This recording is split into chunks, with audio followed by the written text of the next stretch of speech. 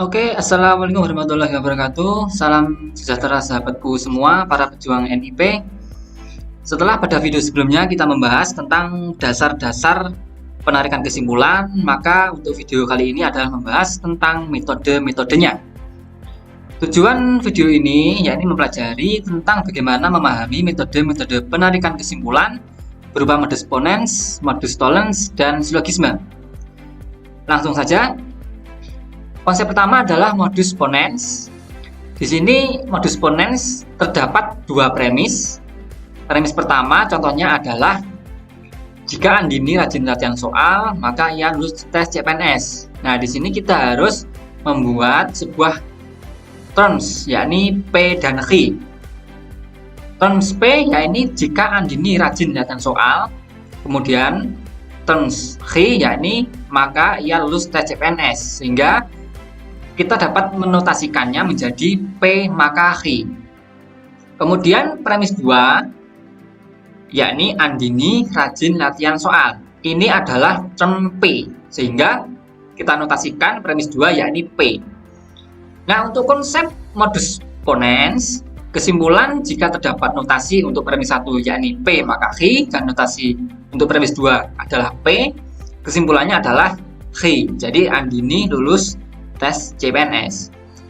Sehingga untuk notasi kesimpulannya dari modus ponens adalah P maka Q, kemudian P kesimpulannya adalah Q.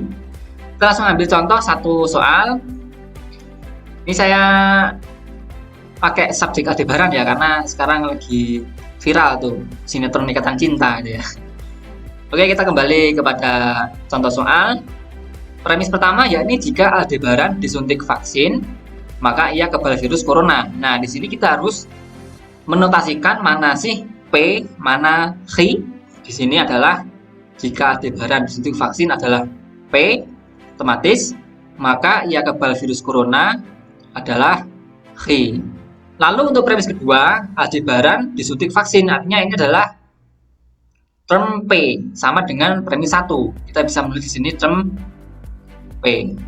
Dengan struktur seperti ini, maka kita bisa menuliskan untuk premis 1 P maka Q. Kemudian untuk premis 2 di sini adalah P. Sehingga dengan menggunakan konsep modus ponens, kesimpulan dari notasi P maka Q dan premis 2 adalah P adalah Q. Sehingga kesimpulannya adalah Aldebaran kebal virus corona. Jadi itu adalah konsep penarikan kesimpulan menggunakan metode modus ponens. Nah, di sini tipsnya untuk notasi modus ponens terdapat term yang muncul pada kedua premis.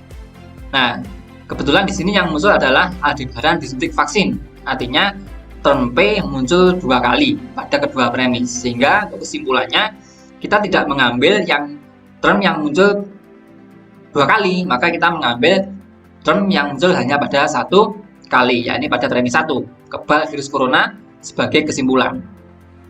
Oke, kita lanjut kepada konsep kedua, metode penarikan kesimpulan, yakni modus tollens. Bedanya dengan modus ponens, pada modus tollens ada premis dengan kata negatif.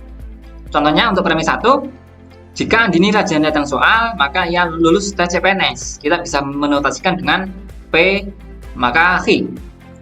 Kemudian premis 2, Andini tidak lulus tes CPNS, artinya ini adalah Q, namun dengan ada preposisi tidak, sehingga kita menotasikan dengan min Q. Lambangnya untuk negatif adalah minus bergelombang. Nah, sehingga jika ada struktur seperti ini, premis pertama adalah P maka Q, kemudian premis 2 adalah min Q, maka dapat kita simpulkan Andini tidak rajin latihan soal.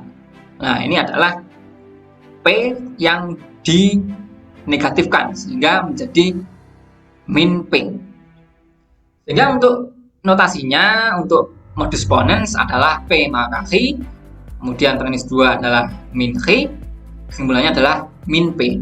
Contoh soal untuk modus tollens, jika Aldebaran disuntik vaksin, maka ia kebal virus corona. Sama, kita tulis dulu ini adalah P, kemudian maka ia kebal virus corona, ini adalah Hi.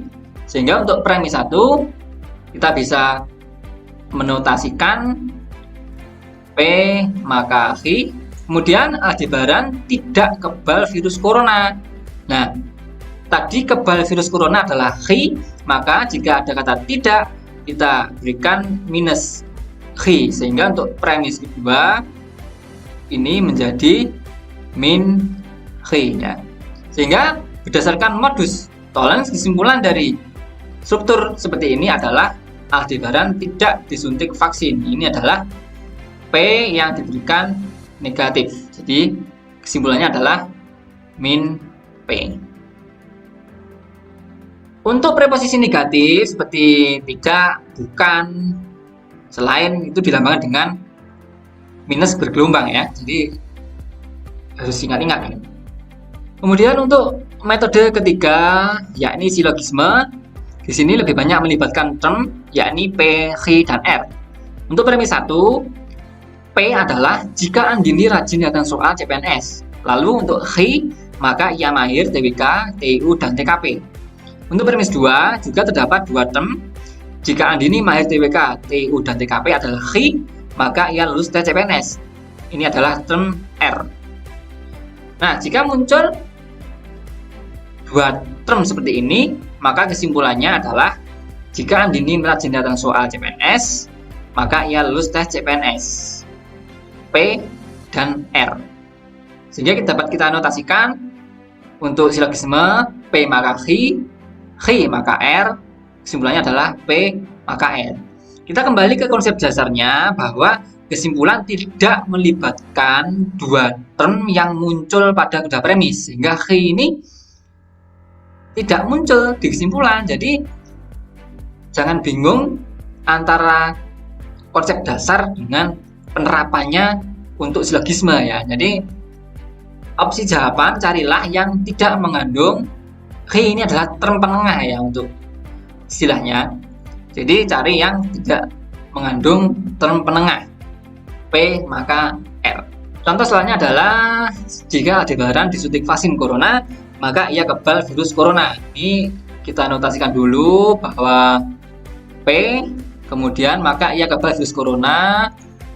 Ini adalah Hi, sehingga untuk premis 1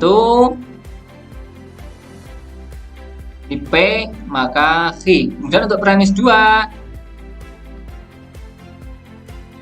jika Aldebaran kebal virus corona, ini adalah Hi, maka ia dapat bekerja di luar rumah. Ini adalah R. Sehingga untuk premis 2 Hi maka R. Berdasarkan konsep silogisme, kesimpulan untuk kedua struktur ini adalah P maka R. Jika Aldebaran disuntik vaksin corona, ini adalah P, maka ia dapat bekerja di luar rumah. Ini adalah R. Jadi tidak usah bingung ketika terdapat banyak term pakai metode silogisme.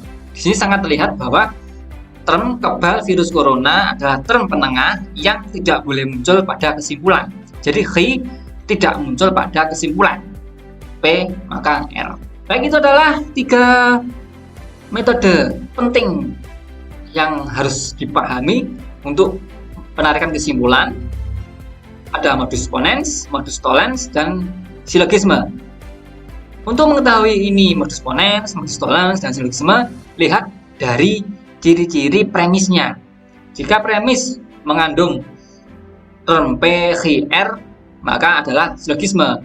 Jika term hanya mengandung P dan Hi saja, modus ponens. Jika mengandung negatif, maka modus tollens. Nah, di sini kita masih membahas yang menggunakan universal ya, semua dan positif. Kemudian bagaimana kalau ada soal yang ada kata sebagian, beberapa? Nah, kita akan membahas pada video selanjutnya tentang term semua dan sebagian. Nanti akan konsepnya meliputi kuantor universal dan kuantor eksistensial. Jadi tetap stay tune di channel Kimia Fun. Semoga bermanfaat. Wassalamualaikum warahmatullahi wabarakatuh.